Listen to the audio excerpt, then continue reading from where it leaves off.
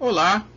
Nesse vídeo trataremos do assunto Apocalipse, o fim dos maus tempos, voltando a abordar o assunto Apocalipse segundo Pietro Baldi, agora numa versão bem mais detalhada.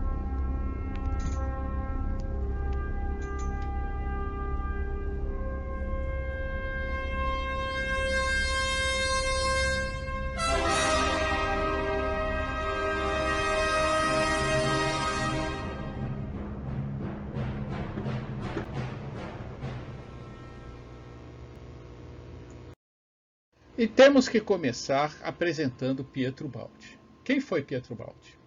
Foi um gênio, filósofo, místico, pensador, espiritualista italiano, que nasceu na Umbria em 1886, na Itália, que foi a mesma província onde nasceu Francisco de Assis, e morreu em 1972 em São Vicente, São Paulo, Brasil. Ele teve origem rica, mas fez voto de pobreza em 1927, que é exatamente o ano onde o Chico Xavier iniciou a sua mediunidade, o seu mediunato, com 17 anos de idade.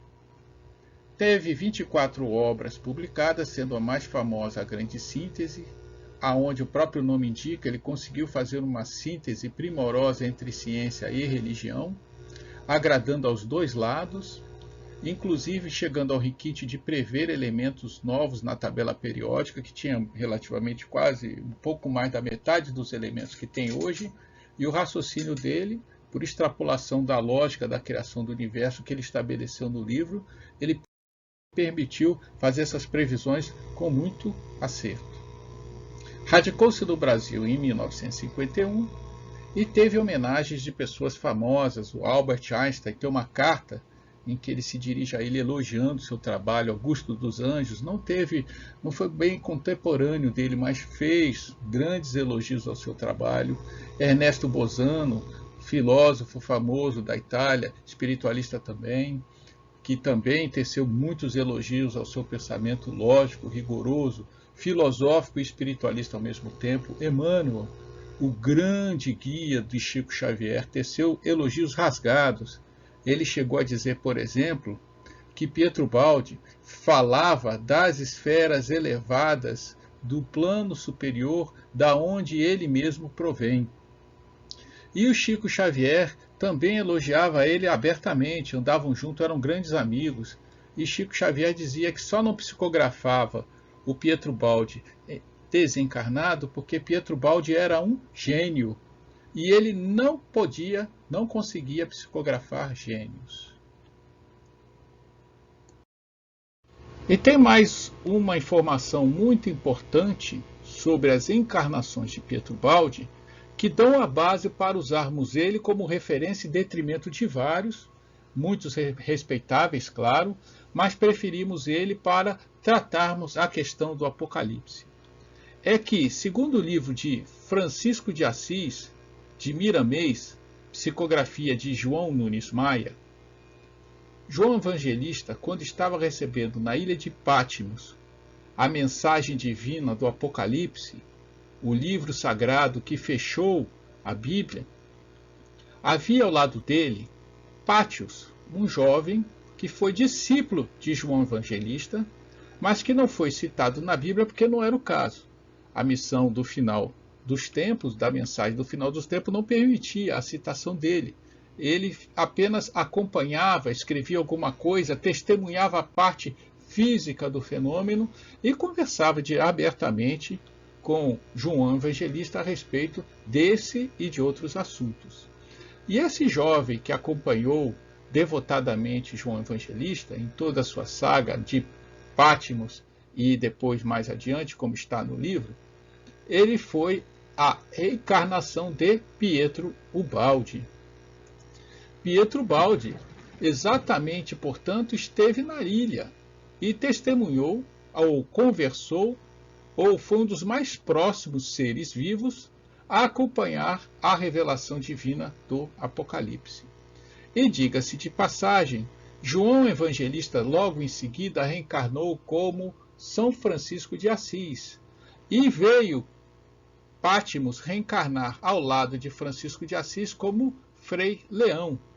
E depois, segundo alguns espiritualistas, e este canal também concorda, esta reencarnação maravilhosa de João Evangelista e depois de Francisco de Assis seguiu viagem por várias encarnações maravilhosas, mas depois foi também Allan Kardec e também Chico Xavier. Daí a grande afinidade de Pietro Baldi com Chico Xavier, e também começaram praticamente seus votos de dedicação ao mundo juntos em 1927. Pietro Baldi dando voto de pobreza e Chico Xavier iniciando o mediunato. Porém, essa parte das reencarnações futuras de João Evangelista, respeitamos a opinião de cada um. Mas esta é a posição, por enquanto, desse canal. Então, Pietro Baldi lança em 1956 o famoso livro Profecias, onde ele comenta vidências, mensagens, vaticínios, profecias, as mais famosas a respeito do fim dos tempos, ou o fim dos maus tempos, como este canal prefere chamar. Ele dedica boa parte da obra à explicação do Apocalipse, apresentando esse assunto de forma clara, lógica e compreensível às humanidades em geral. E diga-se de passagem, este canal entende que o Apocalipse, aliás, fruto inclusive do estudo que foi feito sobre o livro Profecias, este canal entende que o Apocalipse deveria ser estudado com a mesma unção, fervor, dedicação e interesse que todas as obras dos outros livros da Bíblia, principalmente os Evangelhos. Primeiro porque não pode ser à toa que este livro, o Apocalipse, encerrou a Bíblia. Isso dá-lhe uma importância maior, mas também porque o Apocalipse é uma revelação. Ele é uma mensagem divina, como raramente aconteceu na história da própria Bíblia. Podemos dar alguns exemplos de algo que possa ser comparado a esse grande evento, mas maior do que ele, talvez a mensagem dos 10 mandamentos de Moisés, ou a vinda de Jesus, quando ele foi ungido por João Batista no Rio Jordão. Porém, fora esses dois grandes eventos, não lembramos de mensagens maiores e talvez escrito mesmo diretamente de Deus, talvez tenha sido uma das maiores mensagens que Deus colocou na Bíblia. Daí a importância dela para os nossos estudos, se queremos realmente entender as grandes mensagens espirituais e o pensamento de Deus para a humanidade. E antes de nos aprofundarmos no estudo do livro das Revelações, precisamos primeiro entender as dificuldades que existem na interpretação do livro Apocalipse. Visualizemos a situação de João Evangelista, um homem simples de 2000 anos atrás, da Judéia, que foi arrebatado em espírito para os planos divinos, onde, segundo Pietro Baldi, nesse plano transcendental, não existe nem passado e nem futuro. Tudo é um presente onipresente, tudo é absolutamente perfeito e acontecido, cabendo a João Evangelista fazer uma tradução dessa visão transcendental para a mente humana. Então, o que João Evangelista fez de forma brilhante? Primeiro, ele buscou repetir acontecimentos, aspectos desse diamante divino de formas diferentes para tentar abordar de forma mais completa possível aquele evento que ele estava observando. Então nós vamos ver repetições na Bíblia e isso vai ser das chaves para que possamos interpretar melhor o Apocalipse segundo Pietro Baldi. Depois ele precisou usar, João Evangelista, a forma figurada, porque se ele desse detalhes, nomes, locais, etc., a perseguição que já estava forte contra os cristãos ia ser ainda muito pior.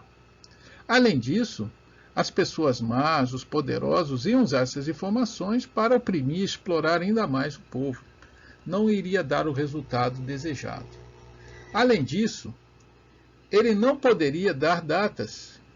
Primeiro porque não é uma questão matemática a questão de datas. Depende muito dos próprios homens as datas em que os eventos iriam acontecer. Vamos dizer que o homem ele não pode dizer quando vai cair uma maçã. A hora, o minuto, o segundo, não é possível dizer. Mas ele pode dizer sim, está no período em que a maçã, como madura, deve cair. Assim também são os eventos futuros. Depende do comportamento da árvore da humanidade o momento em que as coisas aconteçam de acordo com a previsão. Mas vão acontecer, pois esta é a previsão, é a visão divina, já está acontecida lá no futuro. Por esses aspectos que o homem, normalmente, quando lê o Apocalipse, não está informado, ele vê esta questão da interpretação de forma muito complexa. Porém, ela não é, e Pietro Baldi vai mostrar que não, usando a chave do seu raciocínio lógico. Dito isso, e ampliando o nosso diamante para vermos melhor,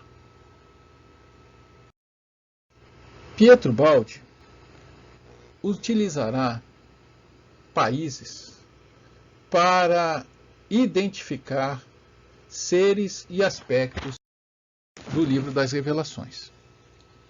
E este canal também utilizará o raciocínio brilhante dele para ampliar as ideias, atribuindo aspectos do Apocalipse a grandes povos e continentes. Este canal recomenda que, quando for citado mais à frente países, continentes, etc., que seja interpretado como países que representam melhor um determinado pensamento, uma determinada cultura, valores e ideais comuns. Ou seja, que não seja interpretado como especificamente aquele país, mas sim os pensamentos, os comportamentos que ele representa. Vamos dar um exemplo bem claro. Por exemplo, se for atribuído alguma mensagem ou imagem do Apocalipse aos Estados Unidos, uma primeira ideia é dizer que todo americano está destinado àquilo que os outros não. E não é essa a conotação que tem que ser utilizada. Deve-se interpretar que o pensamento que o americano representa na sua maioria, pelo povo que lá é maioria, está levando aquele povo àquela situação. Porém, lá nos Estados Unidos haverá grupos que pensam como brasileiros, que pensam como tailandeses ou europeus, etc. E esses grupos, que karmicamente estão ligados a outros valores de outros povos. Assim como aqui no Brasil, se tiver pessoas com pensamento nazista, ou pensamento inglês, ou francês, ou russo, ou comunista, etc., e acreditarem e se comportarem daquela maneira, eles estão karmicamente, espiritualmente vinculados àqueles povos, e não ao Brasil. Então, quando se tratar de povos, de países ou continentes, estamos falando das ideias que eles representam. E que cada um de nós tem em si, vamos dizer, o país ao qual está espiritualmente vinculado. Porém, claro, a maioria dos povos, a maioria das pessoas de um determinado país se comporta da maneira que aqueles valores do país representam. Mas não quer dizer que seja absoluto, pode haver situações diversas de grupos aqui e ali que, apesar de estar longe do país representante daquela imagem do Apocalipse, estão sintonizados com ela e terão o mesmo destino kármico. Agora será apresentada uma visão geral do Apocalipse utilizando a chave espiritual filosófica brilhante de Pietro Ubaldi, o qual recomenda, numa primeira instância, que não nos percamos nos detalhes. Tenhamos uma visão panorâmica geral, pois os detalhes podem nos fazer perder o entendimento geral da mensagem divina. Seguindo o raciocínio dele, ele apresenta o Apocalipse em 3 grandes partes. Uma primeira parte chamada Avisos aos Grandes Povos. Uma segunda parte subdividida em ações dos homens e resposta de Deus, e a terceira parte, chamada de a nova era. Pois bem, utilizando essas partes, apresentaremos agora uma sequência em pacote dos grandes eventos do Apocalipse, encaixando esses eventos nessas fases que já foram apresentadas. Vamos seguir. Bom, a primeira parte, os avisos, está no capítulo 2 do Apocalipse, que logo em seguida passa aos 7 selos, que está na parte ações dos homens, e aí ele segue para a resposta de Deus, que seriam as 7 trombetas. Continuando no livro, nós vamos ver logo os 7 prodígios.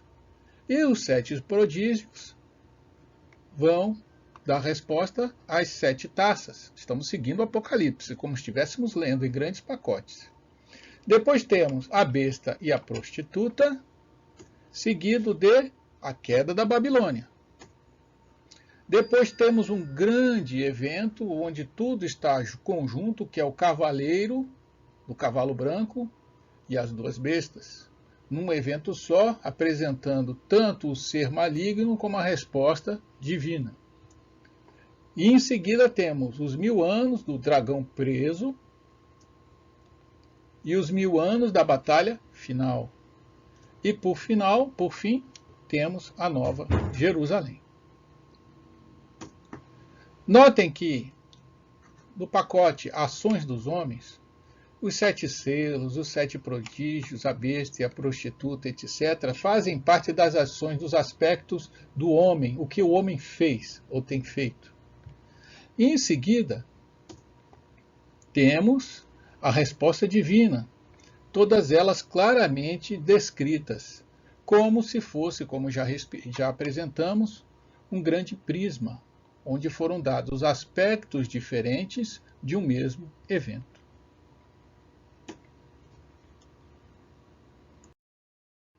Agora, com esse esquema geral bem compreendido, voltaremos a ele periodicamente para nos situarmos na interpretação das fases do Apocalipse. Iniciaremos, claro, com os avisos às 7 igrejas,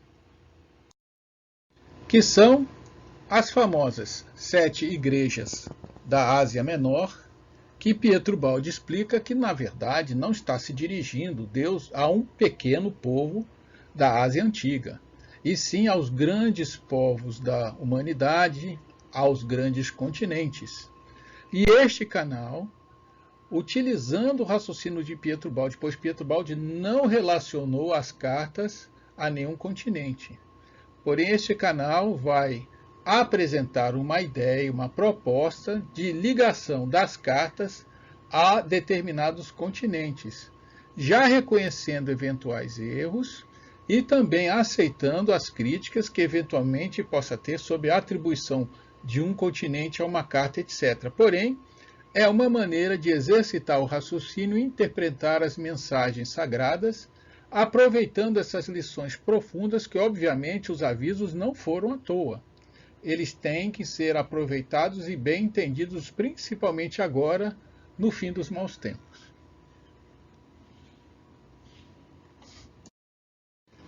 E dito isso, vamos à carta de Éfeso, a primeira carta dos avisos, onde Deus diz: reconheço as suas obras, seu trabalho árduo e a sua perseverança, porém tem algumas coisas contra ele, principalmente que ele abandonou o seu primeiro amor.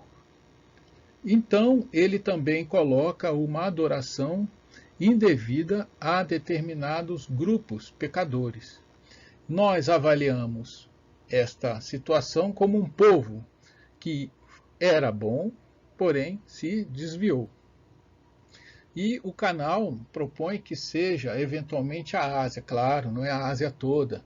Já podemos destacar aqui a Índia, tem um papel especialíssimo no futuro espiritual da humanidade, talvez seja o caso de tirá-la ou não, porém essa é a proposta, diante da história da Ásia e a informação que veio pela igreja de Éfeso.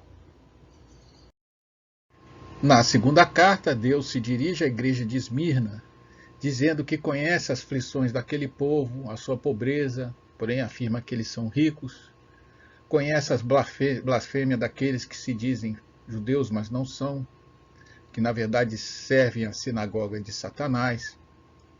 Avisa que eles serão presos, serão provados, sofrerão perseguição durante 10 dias e manda eles serem fiéis até a morte, para ganhar a vida. Então fala, acreditamos neste canal, que seja um bom povo que vai sofrer muitas dificuldades espirituais e deverá permanecer firme. Usando os continentes, nos pareceu mais interessante pensar na África, porém respeitando, claro, as discordâncias que possivelmente tem. A terceira carta, Deus se dirige a Pérgamo e diz que sabe onde ele vive, que está no trono de Satanás. No entanto, diz que ele não entrou em pecado, que não renunciou à sua fé, mas vê que alguns estão seguindo os ensinamentos de Balaão. Manda, enfim, eles se arrependerem e seguirem o bom caminho. Entendemos que é um povo que vive entre os maus, mas não renunciou. Porém, alguns precisam arrepender-se. Entramos com a Oceania. Talvez tenha sido uma das mais difíceis de encaixar, porém achamos próximo, face à situação que eles vivem naquele continente. Na quarta carta, Deus se dirige à igreja de Tiatira, afirmando que ele conhece as obras desse povo, o seu amor, sua fé. Afirma que eles estão fazendo mais agora do que no princípio, porém ele tem uma coisa contra esse povo, que o povo tolera Jezabel, a mulher pecadora, cheia de imoralidades. Ele avisa para que eles se arrependam, porque se não seguirem o conselho, terão grande sofrimento. E por fruto desta carta, nós entendemos que seria um povo bom, mas que tem tolerado o pecado no meio do povo. Tentamos encaixar na América Central. Sem querer entrar em detalhes, nos pareceu a mais próxima dessa descrição como povo em geral. Na quinta carta, Deus se dirige à igreja de Sardes, afirmando, como sempre, que conhece as suas obras, que este povo tem fama de estar vivo, mas está morto, que esse povo recebeu muita coisa e ouviu também bastante, e manda eles obedecer e se arrependerem. Porém, dá a entender que o povo não deu muita atenção, e que Deus terá que vir sobre eles como um ladrão. Afirma que foram poucos os que não se contaminaram nas suas vestes pelo pecado. E afirma que esses poucos que seguiram um caminho correto, com as vestes brancas, serão guardados e protegidos. E diante dessa descrição, entendemos que é um povo que recebeu muito, mas muito mesmo, porém poucos não se contaminaram. Na interpretação que estamos dando, usaremos esta carta para atribuí-la à Europa. Até porque o Pietro Baldi mais à frente trará muitas informações a respeito da Europa, alguns países e a Europa como um todo, e nos parece mais adequado esta descrição. Sexta carta, a famosa mensagem à igreja de Filadélfia. Deus reitera que conhece as obras desse povo, que colocou diante desse povo uma porta aberta, que ninguém poderá fechar. Diz que esse povo tem pouca força, mas que guardou a palavra dele e não negou o nome sagrado. Avisa que fará aqueles que frequentam a sinagoga de Satanás e os falsos judeus se ajoelharem diante desse povo. Alerta que vem em breve e avisa ao povo para reter o nome dele, reter o que eles conhecem de Deus, para que ninguém tome a sua coroa. Que ele fará esse povo vencedor da coluna do santuário de Deus, e dali jamais sairá. Obviamente, este canal entende que se trata de um povo muito bom e agradável a Deus. Então, não temos dúvida em atribuir à América Latina, de uma forma geral, e ao Brasil em particular, esta carta, Até porque existe um livro da Lavra do Espírito de Humberto de Campos, psicografado por Chico Xavier, que tem o título Brasil, Coração do Mundo, Pátria do Evangelho, a pátria da mensagem divina do Senhor, onde coloca o Brasil numa posição de destaque para iniciar a nova era. Além disso, o próprio Pietro Baldi, num livro A Nova Civilização do Terceiro Milênio, põe também em destaque a posição do Brasil para protagonizar o início da nova era. Na sétima carta, a mensagem de Deus para a igreja de Laodiceia. Ali Deus informa que eles não são nem frios nem quentes, são mornos, e que assim está a ponto de vomitá-los pela boca. Diz que esse povo fala que é rico, que tem muitas riquezas e não precisa de nada. Porém, não reconhece que é miserável e que na verdade está nu. E Deus aconselha: tome o ouro de mim, aprenda comigo e será rico. Use colírio para ungir os olhos e poder realmente ver. Ele repreende e disciplina os povos que ama. Por isso avisa para que eles sejam atentos e se arrependam. Parece um povo dúbio, desviado, rico, mas que na verdade é muito pobre e miserável. Não temos dúvidas de atribuir, pelo menos coletivamente, à América do Norte, aos Estados Unidos em geral, esta mensagem. Por tudo que fazem, às vezes são muito bons, às vezes são muito maus, avisam ao povo e mostram, ostentam a sua riqueza, etc. E Pietro Baldi, mais à frente, vai dar outros subsídios para corroborar essa nossa ligação.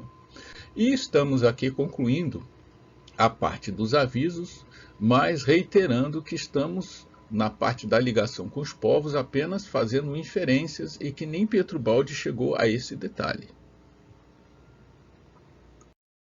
Concluída a primeira parte, os avisos aos 7 povos, seguimos para a segunda parte, que tem 2 fases. A primeira fase, ações dos homens, e a segunda, resposta de Deus. Numa visualização, vemos as ações dos homens e a resposta de Deus. Vamos agora para a primeira fase da segunda parte, as ações dos homens. Mas antes de irmos com mais detalhes nas informações constantes da primeira fase da segunda parte, que são as ações dos homens no Apocalipse, temos que abrir algumas chaves simbólicas explicadas por Pietro Baldi, mas também outros historiadores e estudiosos do Apocalipse também concordam, a respeito das simbologias. São várias, nós vamos apresentar aqui apenas as principais, onde vamos ver, logo num primeiro momento, vários seres muito bizarros, seres com chifres, com cabeça de leão, com asas, uma mulher sentada numa besta avermelhada, com 7 cabeças, dragões, etc.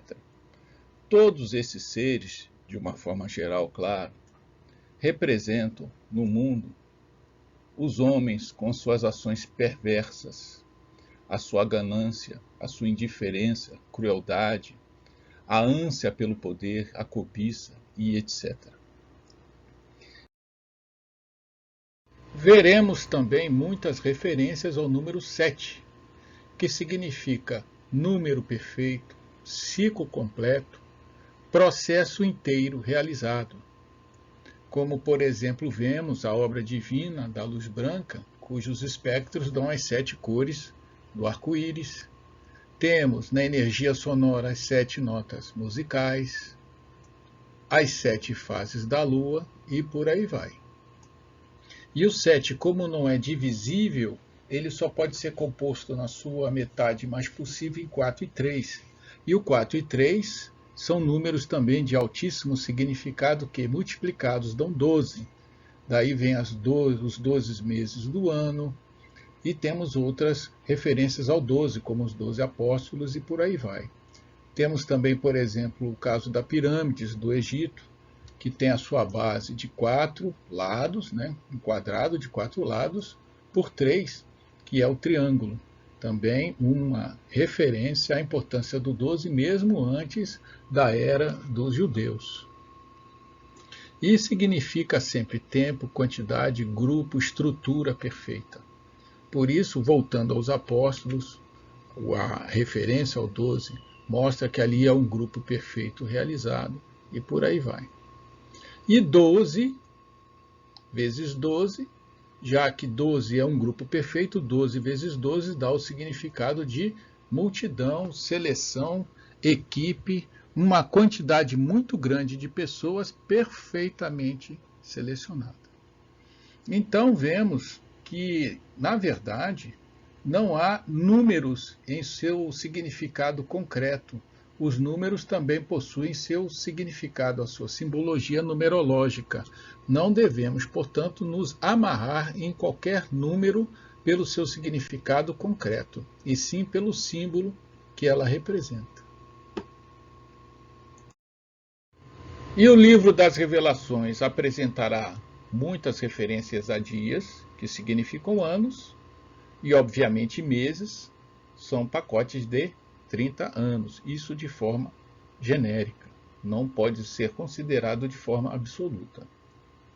E há também a famosa citação 666, que é ligada à besta, a segunda besta, a besta que saiu da terra, e precisamos aqui abrir um pequeno parênteses. Não só para esse número, mas também para as simbologias, as formas descritas no Apocalipse. Como João Evangelista recebeu isso do absoluto, que é o Criador, que engloba tudo que existe no universo, não só no espaço, mas no tempo, para Deus tudo já é acontecido. O homem que está imerso nessa realidade de Deus, ele não tem como escapar de manifestar, de uma forma, ainda que inconsciente, aspectos destas simbologias. Bastando apenas uma chave espiritual, ou seja, uma pequena revelação espiritual para que o homem atento consiga ligar um ser ou uma pessoa ou um grupo a determinada simbologia do livro das Revelações. Bom, dito isso, passaremos a mostrar primeiro o que significa 666 espiritualmente. Se 6 é o inverso físico do 9, ou seja, a bola para cima é 9, e 9 simboliza elevação espiritual máxima e moral também, numerologia essa, onde o 9 também é considerado elevado não só para os judeus, mas para os hindus e outras muitas crenças, principalmente orientais. A bola para baixo, que é o 6, é o nível mais baixo do ser humano, do ponto de vista ético, moral e espiritual. Não quer dizer que o ser seja idiota, estúpido, não quer dizer isso, às vezes muito pelo contrário. Mas que do ponto de vista espiritual moral ele é o mais baixo, é o mais inferior. E como é repetido 3 vezes, só caracteriza que está consolidado, 3 vezes consolidado, assim como há referências ao 3 vezes santo, 3 vezes eterno, dizendo que é também a elevação máxima consolidada, existe a inferioridade máxima estabelecida, que é o número 666. E comprovando com alguns exemplos sobre a ligação das simbologias com as pessoas e seres de forma inconsciente, apresentaremos o número Nero, que significa, no alfabeto hebraico, 666, pois o alfabeto hebraico pode ser também traduzido em números, e somando esses números dá 666. Esse é bastante famoso. Um outro que talvez não seja muito famoso, mas muito respeitável, interessante, principalmente por causa da fonte, é do livro A Caminho da Luz, do espírito elevadíssimo de Humberto de Campos, psicografado por Chico Xavier. Lá ele dá um exemplo do 666, informando que no momento do decreto da infalibilidade papal de Pio IX, em 1870, ele diz, traduzido para o português, o seguinte: que o Papa é o vigário geral de Deus da Terra, que é vigário do Filho de Deus e que é o príncipe do clero. E escrito, obviamente, em latim, como foi na época, seria escrito assim: Vigares generalis Dei in terris. A outra frase, Vigarius Filii Dei. E a última, Dux Cleri. Essas frases, segundo Humberto de Campos, elas estão diretamente ligadas ao Apocalipse. Usando essa chave geral, vamos apresentar inicialmente um exemplo, pegando qualquer uma dessas três frases, mas vamos trabalhar só com a primeira como exemplo, transformando as letras, usando as letras que significam também números romanos, e somando esses números romanos, teremos também o 666. Com o vigário geral de Deus na Terra, faremos isso. Somando o VIC, tem 5 mais 1, mais 100, que dá 106. Depois o IV, que dá 1 mais 5, e assim por diante. Vamos somando, somando, e somando dá esse total. Mas, somando tudo, dá exatamente o 666. Não é impressionante? E, gente, se nós fizermos isto também com o Vigarius Filii Dei e com Dux Cleri, vai dar exatamente 666. Ou seja, o 666 repetido 3 vezes, reconfirmando de forma cabal, inequívoca, que eles estavam manifestando o 666 da besta do Apocalipse. E só para reforçar o que já foi mencionado, quando se falar de cidades, de países, de povos, estamos falando a representação geral que esse povo, aquele país específico representa. Ou seja, seres sintonizados com o que simboliza aquele país ou grupo é que estão dentro daquela condição e não necessariamente o povo inteiro daquela área. Isso já foi explicado só para reforçar a ideia e podemos seguir tranquilamente em frente. Já nos adentrando na primeira fase da segunda parte, Ações dos Homens, passaremos primeiramente pelas grandes etapas do Apocalipse, dessa fase, os selos, depois as trombetas, etc., apresentando as relações que Pietro Baldi faz para entendermos as simbologias e as relações e as repetições que estão nessa fase. Logo à frente, não estranhe muito essa primeira parte, pois esta tela vai apresentar as relações iniciais que Pietro Baldi faz, e logo em seguida, Pietro Baldi mostra no livro Profecias por que ele fez essas relações. Então vamos lá. Temos o primeiro selo, cavalo branco. Depois, em seguida, no livro das Revelações, tem o segundo selo, que é o cavalo vermelho, são os famosos cavaleiros do Apocalipse. Depois, o cavalo preto. E, por fim, o cavalo amarelo. E Pietro Baldi faz o seguinte. Ele relaciona o primeiro selo, cavalo branco, com o primeiro prodígio lá na frente, que é exatamente a mulher e o dragão. Não leremos estes eventos, é fácil de acessar na Bíblia, depois dá para fazer um relacionamento melhor, inclusive descobrir outras relações maiores, mas Pietro Baldi, de uma forma geral, apresenta aí. Primeiro prodígio, mulher e o dragão, relação com o cavalo branco. O cavalo vermelho, ele relaciona com o segundo prodígio, a besta que saiu do mar. O cavalo preto, ele não dá relação nenhuma, ele pula o cavalo preto e vai para o cavalo amarelo, onde relaciona com a besta que saiu da terra. E para cada um desses cavalos, ele apresenta uma relação com os povos da atualidade ou do passado recente da humanidade. Com o primeiro selo, cavalo branco, que ele relaciona com a mulher e o dragão, ele relaciona com o imperialismo inglês. Calma, gente, mais à frente vamos explicar por que Pietro Baldi fez isso. Com o segundo selo, vermelho, e o segundo prodígio da besta que saiu do mar, União Soviética. O terceiro selo, cavalo preto, Alemanha nazista. E o quarto, o cavalo amarelo, a besta que saiu da terra, com os Estados Unidos. Mais à frente, Pietro Baldi explica por que ele fez isso.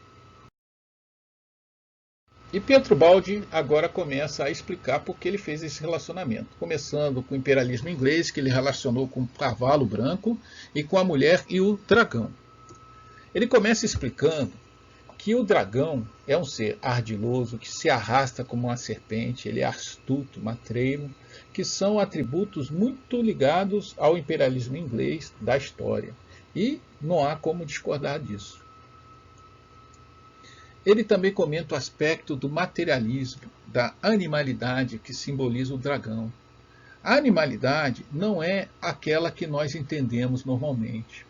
Aqui fala-se de animalidade como comportamento espiritual, onde o animal, por exemplo, ele não tem nenhum interesse espiritual. O animal não reza, ele simplesmente vive a vida material, onde só o que é da terra que importa. E nesse ponto há pessoas e povos que se comportam dessa maneira. Aí está a animalidade. Inclusive, há informações elevadas de que o homem, de uma forma geral, comportando-se só cuidando da matéria e não do espírito, eles nada mais são espiritualmente do que animais inteligentes. E esse tipo de comportamento materialista, que não quer dizer que eles sejam burros ou limitados intelectualmente, apenas tem espiritualmente um comportamento animal, também pode ser atribuído ao imperialismo inglês, apesar da religião anglicana, do protestantismo, que eles têm bastante lá, mas na prática o povo se comporta com o interesse no ter e no poder. Inclusive, essa descrição de vencer e conquistar está atribuída ao primeiro cavalo, o cavalo branco, onde realmente esse povo foi e podemos considerar que ainda é muito poderoso, não só do ponto de vista militar, mas também econômico. Em branco, nós começaremos a acrescentar ideias usando o raciocínio de Pietro Baldi para ampliar a conversa a respeito desses relacionamentos. Onde primeiro comentamos que não é necessariamente, nós acreditamos nesse canal, que não poderíamos atribuir isso só ao imperialismo inglês, mas também talvez a Europa toda pudesse ser colocada nesse contexto, até porque as conquistas não foram só da Inglaterra, Portugal, Espanha, França, principalmente, fizeram coisas semelhantes, apesar de reconhecermos neste canal que o imperialismo inglês é o que mais simboliza esse aspecto comportamental que Pietro Baldi descreve. Notem outra coisa, reforçando o pensamento de Ubaldi, que há muitos e muitos filmes, principalmente da Idade Média, relacionados à Inglaterra, onde se apresenta lutas pela coroa, dragões, há até um seriado famosíssimo de um canal de TV paga muito recente, que teve quase uma década de temporadas, em que se fala muito de posse de tronos, posse de coroas, muitos e muitos dragões, etc. Inclusive seres cavaleiros com arcos na mão, guerreando, lutando, e repetidamente, história de Robin Hood, tudo ligado a coisas e descrições que praticamente coincidem com a descrição ou da mulher e do dragão ou do cavalo branco, provando o que nós já tínhamos comentado. Lembra quando nós comentamos a respeito de que o ser, sem querer, ele manifesta aspectos ligados a profecias divinas? Então o homem, neste caso, principalmente a Inglaterra, com seu imperialismo, manifesta aspectos dos dragões. Os dragões que eles tanto combatem, na verdade, são eles mesmos. Com a coroa do cavalo branco, eles contando sobre coroas apenas estão mostrando que eles são realmente o primeiro selo do cavalo branco e são realmente o dragão do primeiro prodígio. Com a União Soviética, Pietro Baldi comenta que, assim como a besta que saiu do mar, que é descrita como ter a capacidade de tirar a paz na Terra, a União Soviética realmente fez isso, principalmente durante a Segunda Guerra Mundial. E depois dela, principalmente na década de 50, 60 e 70. A cor vermelha da União Soviética é considerada beleza, um símbolo, uma cor bela da União Soviética que está sendo atribuída, mostrando mais uma vez, ou pelo menos evidenciando que o ser humano, sem querer, manifesta aspectos ligados a simbologias que estão previstas há milhares de anos pelos profetas. O materialismo da besta, e aqui bem qualificado, porque o ateísmo da União Soviética era estrutural. Filosoficamente, oficialmente, a religião, a religiosidade foi banida do comunismo. Então, está aí comprovado, que mostra que, não havendo espiritualidade, só pode estar ligado espiritualmente ao nível animal besta. Quando a besta sai do mar, quer dizer que são muitos povos. Nós não comentamos essa simbologia, porque ela só vai aparecer principalmente aqui. Mas quando se fala de mar, é que são vários povos. E é o que é a União Soviética, vários povos reunidos. Admirada pelos povos também, essa simbologia está clara na besta. E foi o que realmente aconteceu, principalmente na década de 50 e 60, que a União Soviética realmente ficou impressionante. E, inclusive, durante a Segunda Guerra Mundial, foi apoiada tanto pelos Estados Unidos como pela Inglaterra. Logo depois teve os problemas que nós já conhecemos. Mas naquele início, realmente, houve muita admiração de todos os povos do mundo. Fala também no Apocalipse que a besta teve uma chaga curada, que Pietro Baldi, à época, especulou, ele disse que não tinha certeza, talvez seja a Batalha de Stalingrado, mas este canal comenta que, por exemplo, a União Soviética foi desfacelada e está se recuperando como Rússia, apesar de não ser mais comunista, mas realmente pode ser vários eventos que a União Soviética sofreu, ou antes como Rússia, que fez eles se recuperarem, voltarem das cinzas. Também é possível. Um comentário que é atribuído à besta no Apocalipse, que diz o seguinte: Deus avisando a besta, quem usa a espada, com a espada será ferida. Ou seja, Pietro Baldi comenta que claramente ela vai se autodestruir, vai se esfacelar. E não foi o que aconteceu. Mas Pietro Baldi falou isso em 1956, quando a União Soviética estava no auge, e ninguém pensaria ou imaginaria que a União Soviética teria um destino tão curto, mas ele, Pietro Baldi, fruto, obviamente, da sua elevadíssima condição espiritual, sua afinidade com João Evangelista e Francisco de Assis, que foi uma encarnação do outro, e também, não comentamos, mas Francisco de Assis era o guia espiritual, ou seja, João Evangelista era o guia espiritual de Pietro Baldi. Então, com essa autoridade toda, ele podia profetizar com segurança que a União Soviética ia se esfacelar, e em breve. Está lá no livro. E nós aqui no canal gostaríamos de comentar um aspecto numerológico. A União Soviética durou de 17 a 89, dão 72 anos, então é igual a 6 vezes 4 vezes 3, ou 6 vezes 12, onde o 6 é um número invertido da besta, ou seja, um número negativo, em que um grupo está sendo multiplicado, que é o 4 vezes 3, mostrando um período de tempo, que seria o 12, usado de forma negativa. É a nossa interpretação. E, obviamente, provando que a humanidade, sem querer, manifesta aspectos proféticos.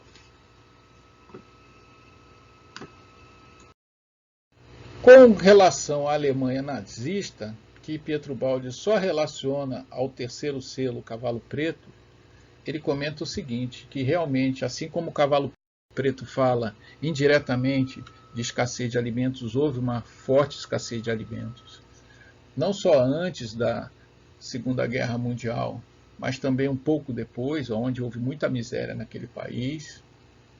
Um descontrole terrível da moeda também houve, principalmente nos estertores da Segunda Guerra Mundial, com o marco alemão atingindo valores, ou desvalorizado absurdamente, a moeda não tendo sentido nenhum, as pessoas indo com carrinhos de notas de marcos para comprar alguns punhados de pães, etc.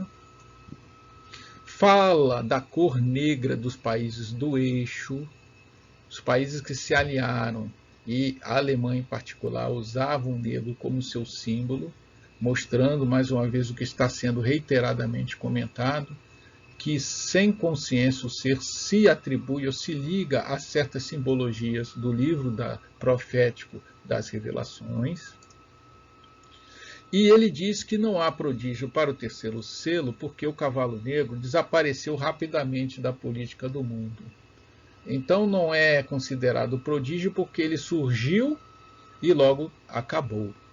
Ou seja, não há um tempo histórico considerável. Por isso não foi mencionado na fase dos prodígios mais à frente por João Evangelista.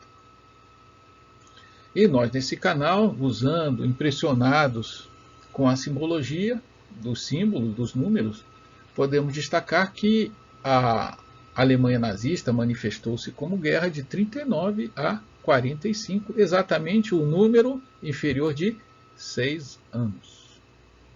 Foi um curto reinado, ou uma curta atividade, onde o 6 está tipificado. Não só para a Alemanha nazista, que perdeu, mas para aquela guerra trevosa que foi a Segunda Guerra Mundial.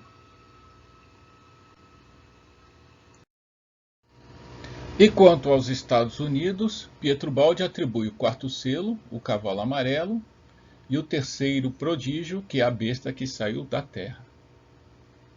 E ele diz o seguinte, que essa besta, ligada aos Estados Unidos, é outra forma de materialismo, expressa em forma de riquezas, de indústrias, de pujança material em diversas áreas, inclusive na política, na economia, etc. E efetivamente, o materialismo americano é altamente resistente ao espiritualismo.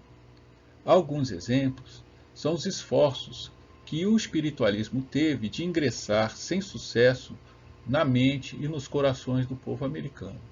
Alguns exemplos rápidos foi o exemplo das famosas irmãs Fox, que no século XIX conversaram abertamente com espíritos, registrado por repórteres, jornalistas, saiu na mídia durante semanas no século XIX, confirmando por todas as formas materiais e espirituais possíveis, a existência da realidade do mundo dos espíritos. Houve o esforço de Vivekananda, Yogananda, de Bhaktivedanta Swami Prabhupada, Yogananda, por exemplo, ficando décadas nos Estados Unidos, fazendo milagres e fenômenos espirituais a céu aberto. E todos esses seres fantásticos, inclusive Chico Xavier, Divaldo Pereira Franco, Valdo Vieira, foram nos Estados Unidos mostrar a realidade dos mundos dos espíritos de diversas formas.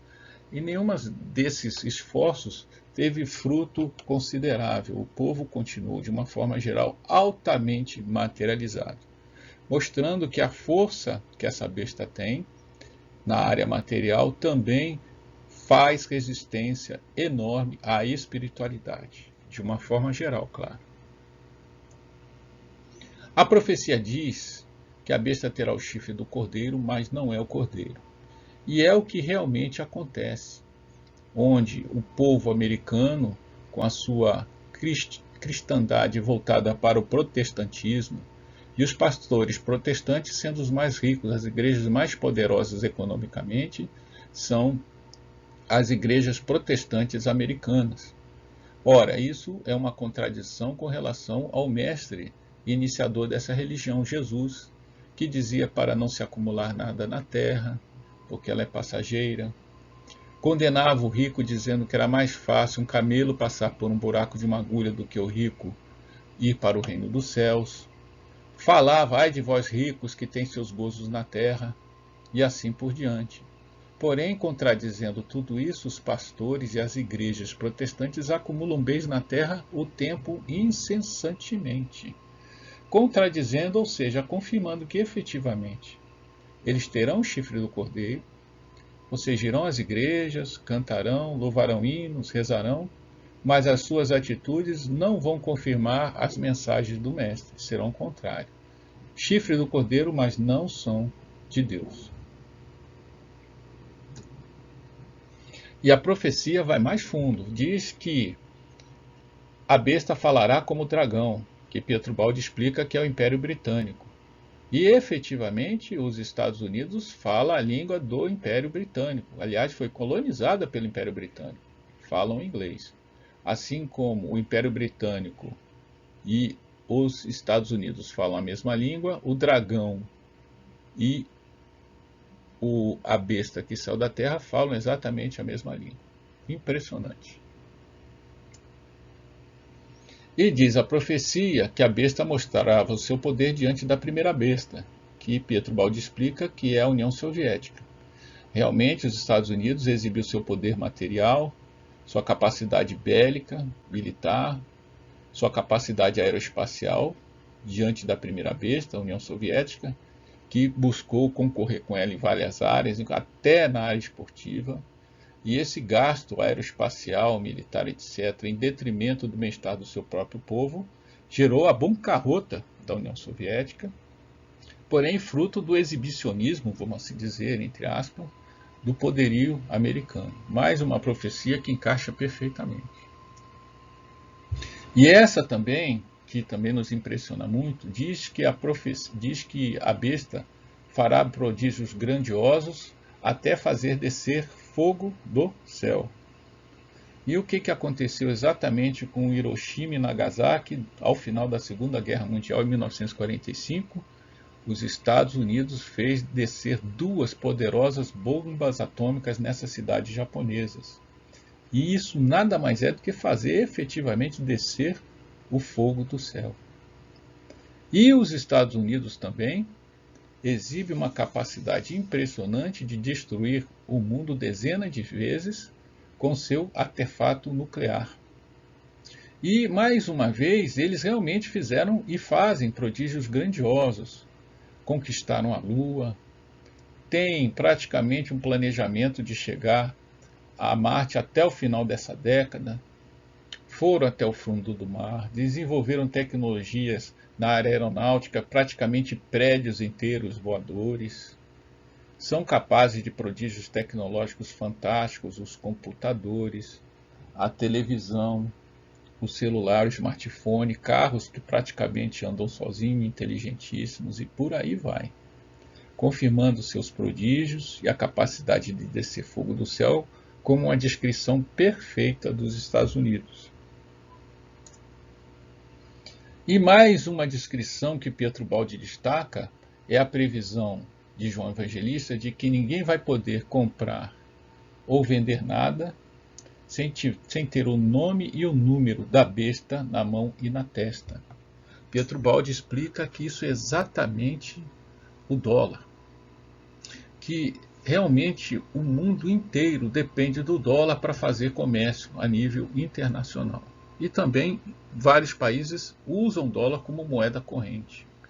O Brasil mesmo não pode fazer nada, nem pensar em fazer nada sem ter um mínimo de lastro em dólar para o seu comércio internacional. E todos querem dólar. Essa é a verdade. Quem que não quer dólar? Quem que não quer ter dólar na mão? E fica com dólar também na testa, na mente, buscando oferir esse poderoso meio monetário para poder se dizer rico ou ter bem-estar. E o número 666, mais do que explicado, é a simbologia numérica do dólar, que seria a materialização, ou seja, o materialismo puro e bruto, onde o dólar simboliza a busca que a pessoa quer de ser rica, independente de ter a riqueza espiritual.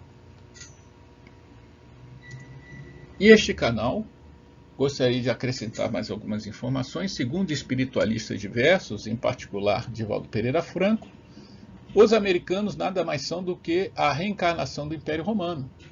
O povo romano desencarnado ao longo dos séculos, do início dos primeiros séculos da era cristã, foram reencarnando aos poucos em outros países e com a conquista do Império Britânico da América do Norte, o povo romano, ou o perfil espiritual romano, foi para a América do Norte. E eles provam isso. Por exemplo, a tendência dos americanos de construir tudo em arco, como o Capitólio, a Casa Branca, o gosto americano pelas lutas de gladiadores, 2 ou 3, 4 homens lutando num ringue, se esbofeteando e se massacrando até sangrarem, é o gosto típico do romano que foi para os americanos, o interesse que o romano tinha pelo direito, que foi importado também, os americanos são apaixonados pelo direito, a águia, até a águia, que era o símbolo do exército romano, é o símbolo também das forças armadas do exército americano. O símbolo de Nero, 666, que representa Nero, então ligado ao Império Romano, como um dos imperadores romanos, foi também levado para os Estados Unidos, ou seja, há uma ligação unívoca entre Nero, o Império Romano e os próprios Estados Unidos. Um outro exemplo interessante é que os Estados Unidos, durante a Segunda Guerra Mundial, tiveram que ir para a Itália. E lá pela década de 45, 50, quando os soldados americanos entraram pela Itália dentro, começaram a surgir aqueles filmes da década de 50, 60, que eram grandes filmes da era romana, Quo Vadis, Ben-Hur, etc., Cleópatra, que, segundo os espiritualistas, nada mais foi do que os soldados indo para lá e os americanos tocando naquela terra começaram a ter memórias, lembranças vagas daquela era pujante do Império Romano na Itália. E expressaram isso nos filmes. E temos a igreja que é apostólica católica romana, mostrando que o romanismo, a tendência de Roma, incorporada na igreja, também de uma certa forma foi para os Estados Unidos e expressa também o 666, como nós já comentamos naquela carta, naquele édito de Pio IX.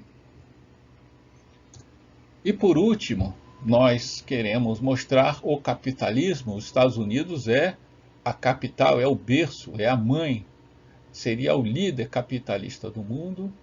E fizemos um estudo neste canal, que podemos mostrar, que se alguém quiser pode consultar depois, provando que o materialismo, do ponto de vista econômico, é expresso no capitalismo, mostrando que a forma bestial também foi incorporada à forma econômica.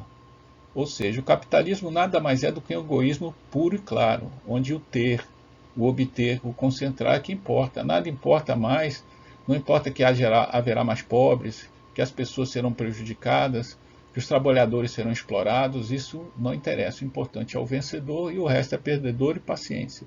Então, essa forma indiferente aos pobres e necessitados, só importando a riqueza, que é a forma egoísta materialista de expressar-se na economia, também os Estados Unidos lidera, comprovando até por esse aspecto que efetivamente eles são uma forma da besta descrita no livro das profecias.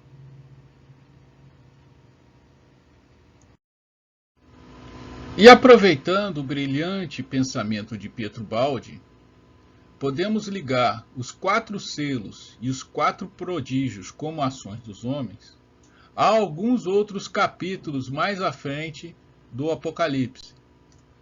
Por exemplo, a besta de 7 cabeças e a prostituta. Uma descrição muito detalhada do comportamento, principalmente da Idade Média dos homens. Não poderemos mostrar aqui a leitura. Recomendamos que seja lido e meditado a questão, mas descreve lá o comportamento do homem ao longo aí dos últimos séculos, com especial atenção para o comportamento do homem na Idade Média. Existe também uma outra descrição onde o cavaleiro do cavalo branco, a besta e o falso profeta entram em combate. O cavaleiro do cavalo branco é o ser divino, que existe uma relação direta com uma profecia hindu que fala do Kalki Avatar, que é exatamente um ser de cavalo branco vestido de púrpura ou vestido de vermelho, exatamente como está no Apocalipse. E não devemos nos surpreender com isso, pois a profecia, a visão divina, não pode ser atribuída só a um povo judeu, numa região diminuta do Oriente Médio. Ela é uma verdade universal, global. Então, obviamente, os hindus receberam a mesma profecia, de outra forma, mas a profecia, a origem é a mesma, e descreveram como o Kalki Avatar. E João Evangelista a captou como o cavaleiro do cavalo branco, que venceu o a besta e o falso profeta. A besta e o falso profeta exatamente está ligado à mulher de púrpura, que está na imagem à esquerda, e também aos 4 selos e os 4 prodígios. No caso desse cavaleiro, e essa luta com a besta e o falso profeta, é como se a parte das ações dos homens e a parte da resposta de Deus fossem descritas num cenário único. E da mesma forma, uma descrição logo a seguir tem os 1000 anos, que é o dragão amarrado e depois desamarrado, que descreve que os anjos vão colocar o dragão preso durante 1000 anos e depois ele será solto. Há um livro que nós comentamos lá no começo a respeito de Francisco de Assis, que foi psicografado por Miramês, que explica que essa parte, de grosso modo, foi o seguinte: que Jesus, para manifestar a mensagem de Deus na Terra, precisava antes amarrar, colocar nas trevas inferiores seres que, se entrassem em contato com Jesus, Jesus não poderia se manifestar nem em alguns minutos. Então esses seres mais trevosos, mais terríveis, foram separados da humanidade e desencarnaram coletivamente ao longo das décadas e dos séculos e foram amarrados nas profundezas das trevas. Porém Deus, que é infinito amor e misericórdia, não podia deixar esses seres para sempre amarrados. Eles precisavam também evoluir. Então Deus liberou esses seres terríveis, que estão simbolizados na forma de dragão, após 1000 anos, ou seja, do ano 0 de Cristo até aproximadamente o ano 1000, um pouco antes, esses seres ficaram amarrados para que o cristianismo, as verdades espirituais, pudessem ser minimamente conhecidas pelo povo ariano, pelo povo europeu. E só após esses 1000 anos é que esses seres foram libertados para reencarnarem e evoluírem, e também aprontarem das suas, aprendendo com a lei da causa e efeito a evoluírem também sentindo na pele o que estavam fazendo para os outros. E o livro Francisco de Assis Miramês explica que é exatamente o início da Idade Média, onde a perversidade, a crueldade, inclusive entrando dentro da igreja, muitos padres, papas, bispos, não eram mais do que dragões, seres bestiais inferiores que se infiltraram na igreja e fizeram perversidade usando o nome de Cristo. Daí esse período terrível que, segundo esse livro e outras mensagens espirituais que temos acesso, essas bestas, esses seres terríveis, estão até hoje se expressando na Terra. Obviamente, essa descrição é uma combinação da ação de Deus e da ação dos homens. Mas explica que Deus está atento, só que a sua misericórdia permite a expressão do mal para que o mal aprenda e se arrependa. E com relação a esta imagem mais ao centro, que é a besta de 7 cabeças e a prostituta, Pietro Baldi faz uma outra correlação impressionante, mostrando que principalmente a Europa como um todo está encaixada nas profecias do Apocalipse. Ele diz o seguinte, que a Europa, nos seus contornos geográficos, dependendo de como nós encaixarmos o mapa, é exatamente a descrição física da mulher prostituta em cima da besta de 7 cabeças. Vamos tentar fazer essa correlação agora, inclusive com a cabeça e a coroa sendo respectivamente a Espanha e Portugal. Vamos ver, vamos prestar atenção, o mapa vai girar e vai tentar se encaixar lá em cima. Olha, vamos ver. Lentamente, observe. Lá vai estar, obviamente estamos vendo só o mapa, vamos tentar dar uma clareada, transformar em transparente para a gente perceber. Olha só, lentamente nós vamos vendo o rosto da senhora. Acreditamos que seja possível observar a taça ali na área da Sicília, o braço sendo a Itália, etc. Vamos voltar mais uma vez o mapa e retomaremos a senhora no fundo agora, para verem como é impressionante. Realmente é uma senhora sentada, toda o resto da Rússia sendo a besta, e a Europa toda, sem haver uma intencionalidade, mas a própria geografia e a própria distribuição política dos homens expressaram uma profecia de forma inequívoca. Prosseguindo na sequência de selos, temos o quinto selo, as almas dos mártires. Vamos entrar depois em mais detalhes porque estamos fazendo dessa forma. O sexto selo, o grande terremoto, aqui já é mais a resposta de Deus do que as ações dos homens, mas precisamos colocar para que possamos entender o contexto geral que João Evangelista descreveu a cena. Pulamos uma e já vamos explicar por que. Vamos para o sétimo selo, onde há um silêncio no céu, e as 7 trombetas, que já é o prelúdio, já é o início da resposta de Deus nessa primeira sequência, que são as trombetas. Voltando ao quinto selo, as almas dos mártires, podemos relacioná-la diretamente ao quarto prodígio, o Cordeiro e os 144.000, onde as pessoas encarnadas e desencarnadas, que ao longo de séculos e milênios sofreram as barbaridades nas mãos das bestas e dos dragões, reúnem-se em súplica em volta do Senhor, pedindo a sua misericórdia e a sua justiça, e o Cordeiro os consola.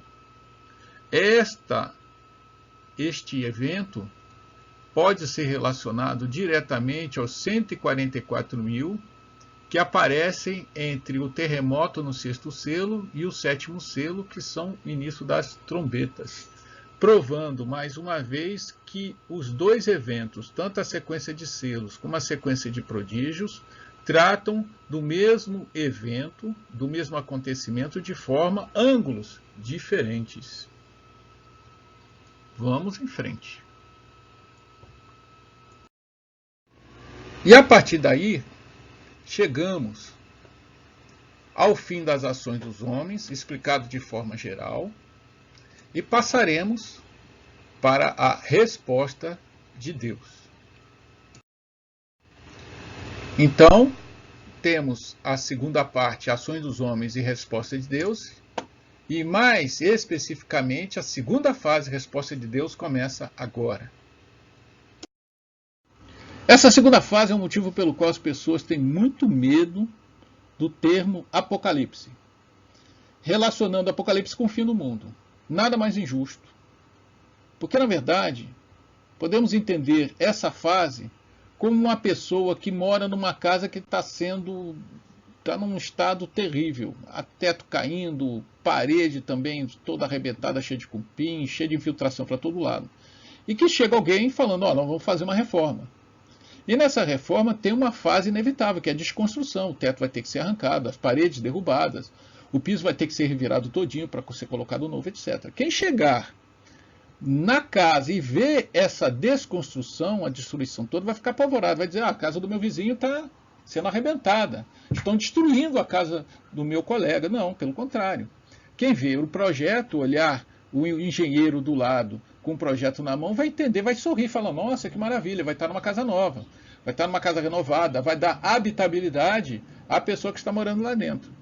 É assim que deve ser interpretado. Ou seja, não olhar pontualmente este evento, mas olhar o evento como um todo. Até como reforço à ideia, temos que lembrar que a Terra já sofreu vários cataclismos ao longo dos seus 4,5 bilhões de anos. E a cada evento deste impressionante, a vida que quase é destruída nesses eventos, ela volta numa etapa mais evoluída, mais bela, dando mais, vamos dizer, beleza ao que já existe no mundo. Graças a esses eventos, a Terra tem a beleza e a evolução que tem hoje. Temos que entender isso como uma limpeza de coisas que estão atrapalhando ou já não servem mais para o novo passo da humanidade. E sem esses eventos, nós aqui acreditamos, e os videntes de uma forma geral, que têm reforçado ideias que coincidem com a mensagem de João Evangelista, dizem o seguinte: sem esses eventos, o reino de Deus não tem como se estabelecer na Terra. E o projeto desse engenheiro divino é exatamente que o evangelho seja vivido entre as pessoas no dia a dia. O reino de Deus tem que chegar na nova civilização do terceiro milênio. E a única maneira de fazer isso é, primeiro, mudar todo o perfil da civilização, arrancando os maus pela raiz da Terra, e fazer também o planeta ficar com a habitabilidade, com o espaço necessário, com o ar também higienizado, inclusive espiritualmente, para essa nova civilização. Então, dito isso, repetimos, não precisamos, não devemos ver o evento de forma pontual, e sim dentro do contexto geral do projeto de renovação da humanidade para a nova era. Sexto selo, o grande terremoto, é apenas o título, porque, na verdade, João Evangelista descreve que, além de um grande terremoto que fará abalar os alicerces do planeta, o Sol vai ficar escuro como saco de silício, a Lua vai ficar vermelha como sangue, as estrelas cairão do céu como fogo sobre a Terra e assim por diante. Essa descrição coincide demais com vários profetas e espíritos que avisam que eventos semelhantes realmente deverá acontecer. Temos aí o profeta Isaías, o próprio Nostradamus, o espírito de Ramatiz no livro Mensagem do Astral, Edgar Cayce, que é o famoso profeta adormecido. Há uma freira muito famosa que foi estigmatizada, tem as chagas do Cristo no corpo, que recebeu de Nossa Senhora os 3 dias da escuridão. Essa senhora é impressionante, ela passou 5 anos só comendo hóstia, ela levitava durante as suas orações, etc. Vale a pena pesquisar no YouTube e na internet. E ela coincide, ela fala exatamente muito parecido com essa descrição de João Evangelista. Se tudo isso é simbólico ou não, depende de cada um interpretar. Nós, desse lado, Pietro Baldi também, e muitos profetas dos quais nós demos exemplo agora, acreditamos todos que deverá acontecer muito próximo dessa descrição.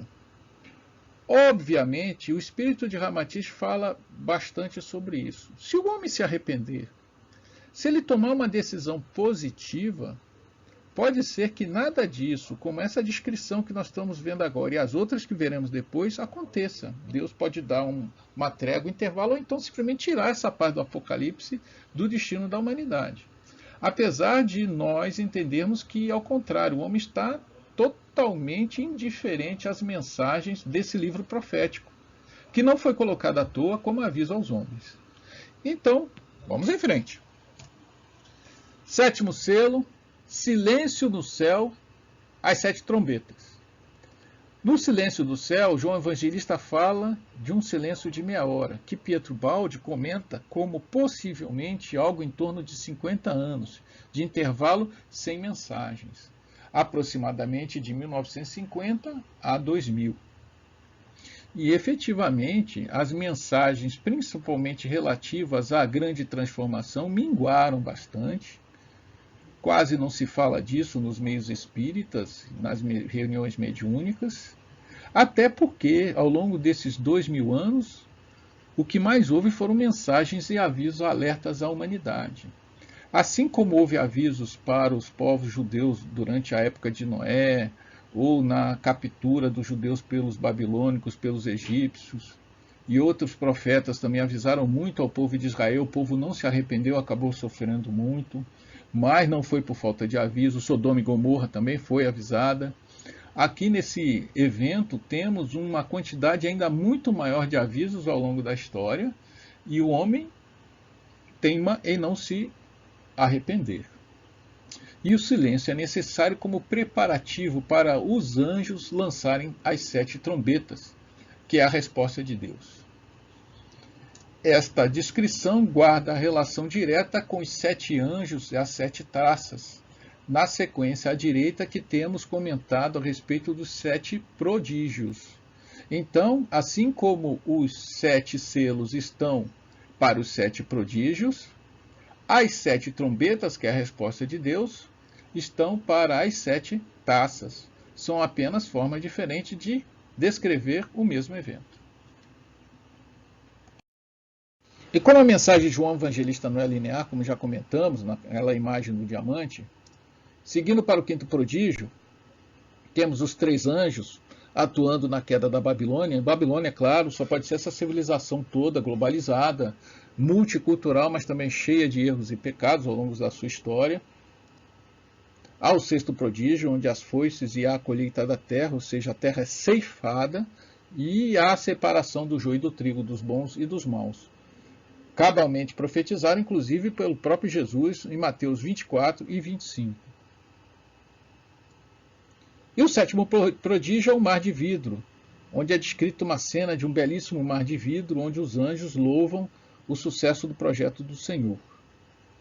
Nesta sequência, guarda-se uma relação direta da queda da Babilônia, dita no 5º prodígio, e uma outra descrição da queda da Babilônia lá no capítulo 18, mais à frente, comprovando que está se falando sempre da mesma coisa de formas diferentes, e não podemos deixar de comentar que todas essas sequências abaixo também, obviamente, são outras formas de interpretação da imagem multidimensional que João Evangelista teve do futuro.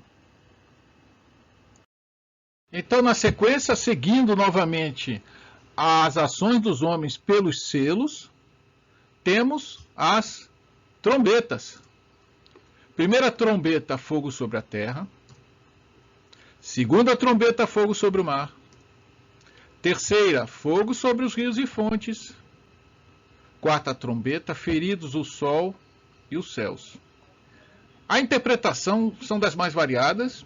É difícil nós entrarmos em detalhes, até porque o detalhe é perigoso, a respeito do que seriam tudo isso, mas é possível que seja algum evento celeste, na sequência de meteoros, asteroides, talvez o próprio homem como um agente da sua autodestruição também com bombas atômicas, mas algo de forma global, forte e muito ligado a fogo, aparentemente está sendo descrito. Há os que falam de um planeta se aproximando, chama até de Nibiru, Astro X, o Chico Xavier chama de planeta Chupão, que possa ser o agente ativador de todos esses eventos, mas parece que a Terra vai ficar abrasada de uma certa forma. E para comprovar que João Evangelista fez questão, ou realmente estava falando disso, na sequência dos prodígios, temos a primeira taça que fala exatamente de fogo sobre a Terra. Observem a correlação perfeita. Segunda trombeta, fogo sobre o mar. Olha só, terceira, fogo sobre rios e fontes.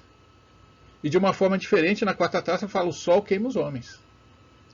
Exatamente a mesma coisa. Comprovando a relação trombetas com taças. Até se pode ver que até a forma, né? A trombeta não deixa de ser uma taça, né? Voltada para cima com algumas modificações. Taça e trombeta têm formas semelhantes. E para a quinta trombeta, João Evangelista fala de uma grande batalha, que nós gostaríamos de dar alguns detalhes para mostrar a precisão profética de João Evangelista.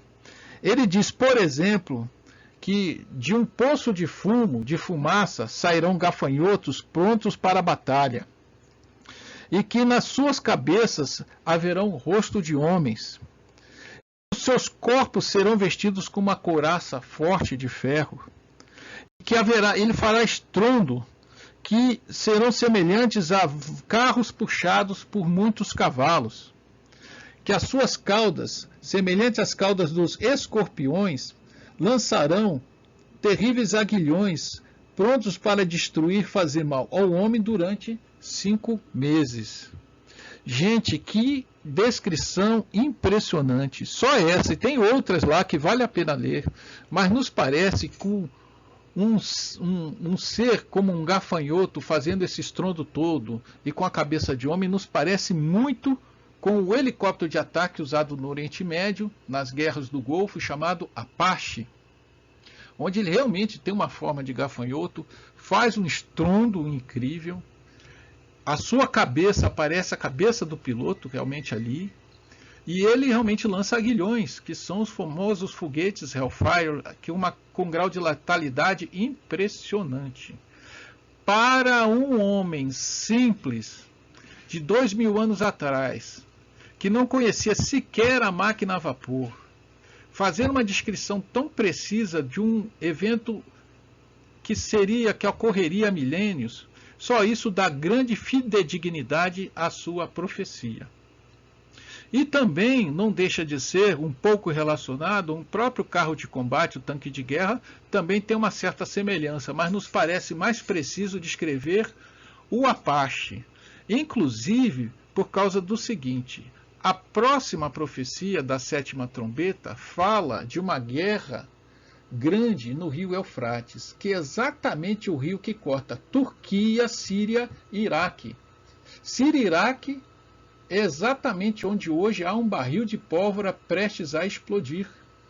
Não há nenhum pesquisador, cientista político moderno, que discorde da grande possibilidade de ali estourar uma guerra mundial ou uma guerra de grande escala que, de uma forma direta ou indireta, afete o mundo inteiro. E essa localização, então, ela não é só precisa geograficamente, mas em termos temporais, porque é exatamente nessa época que está ocorrendo essas catástrofes, vamos assim dizer, do ponto de vista humano naquela região. Mais à frente, no sétimo selo, João Evangelista volta a falar de relâmpagos, terremotos e granizos, dando, vamos dizer, uma conotação nova, acrescentando o relâmpago a descrições de cataclismas naturais que ele já havia mencionado antes. E na sequência, como na esquerda temos feito a sequência selos trombetas, na direita vai a sequência dos capítulos mais à frente, que fala dos prodígios e das taças. Então, relacionando a quinta trombeta, na quinta taça fala de dores e feridas, a correlação não é tão direta, mas nos parece bastante semelhante. Na sexta taça, relacionado precisamente à sexta trombeta, repete Rio Eufrates, uma grande guerra, e dá mais um detalhe falando da região, Armagedon. Não temos informações precisas sobre o que seria esse termo em si, mas nos parece apenas uma localização mais precisa do local. Rio Eufrates, ou seja, Síria, Iraque e um pouco da Turquia. E a sétima taça, mais uma vez, repetindo, relâmpagos, terremotos e granizos, quase como uma chave para mostrar que ele apenas está na sequência das taças, dando mais descrições diferentes do mesmo evento.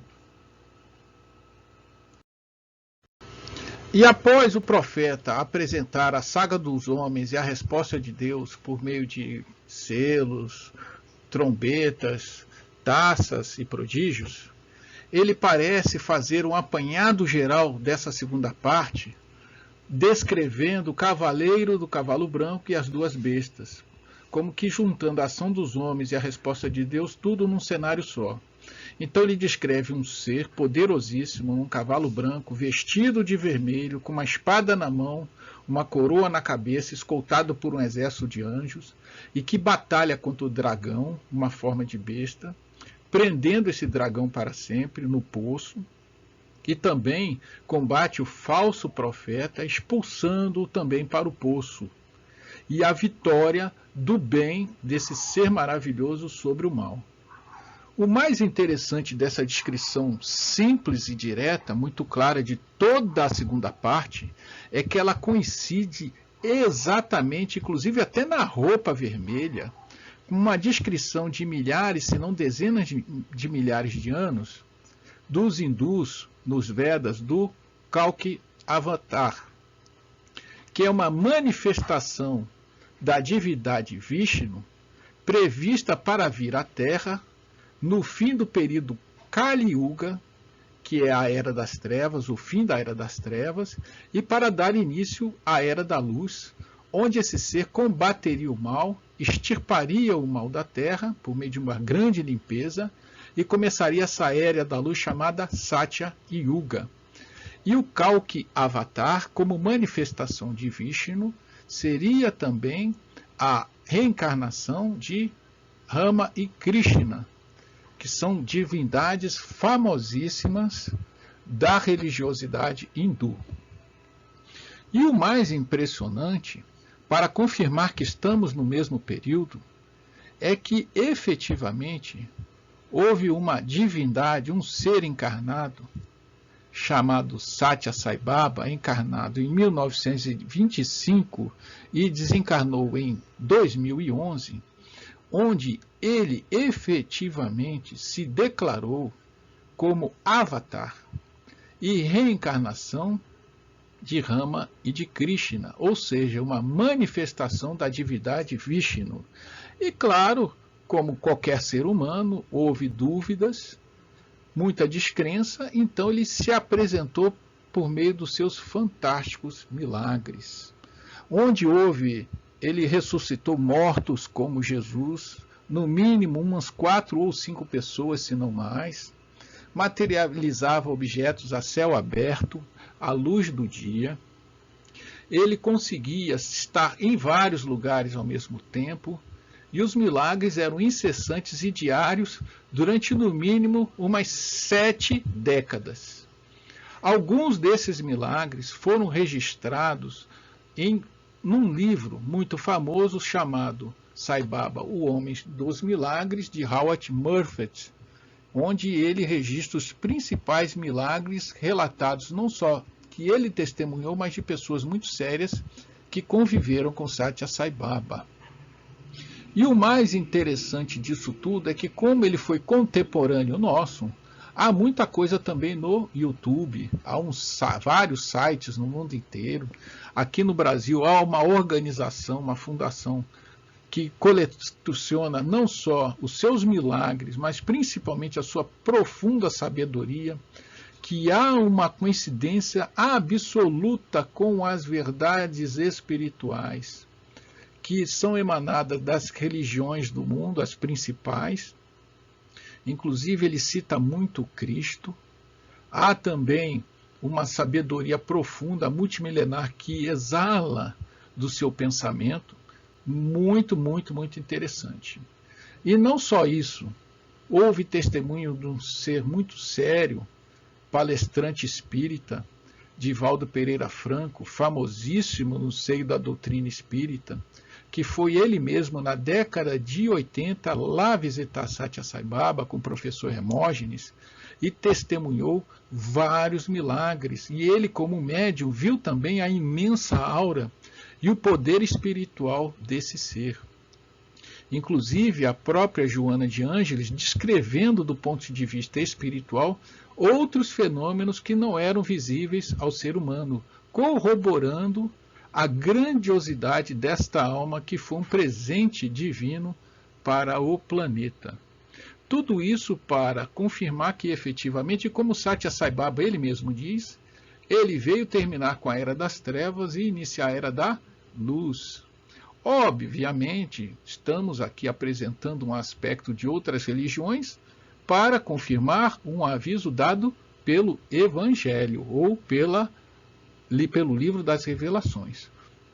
E temos que respeitar aqueles que não concordam com essa abordagem, mas o canal apenas usa este aspecto de outras religiões para confirmar que é um evento global e que Deus não vai deixar outras religiões ou outros segmentos religiosos sem a informação importante, ou seja, confirma que tudo é um evento global e que está realmente chegando a grande hora de se acabar com o sofrimento na Terra.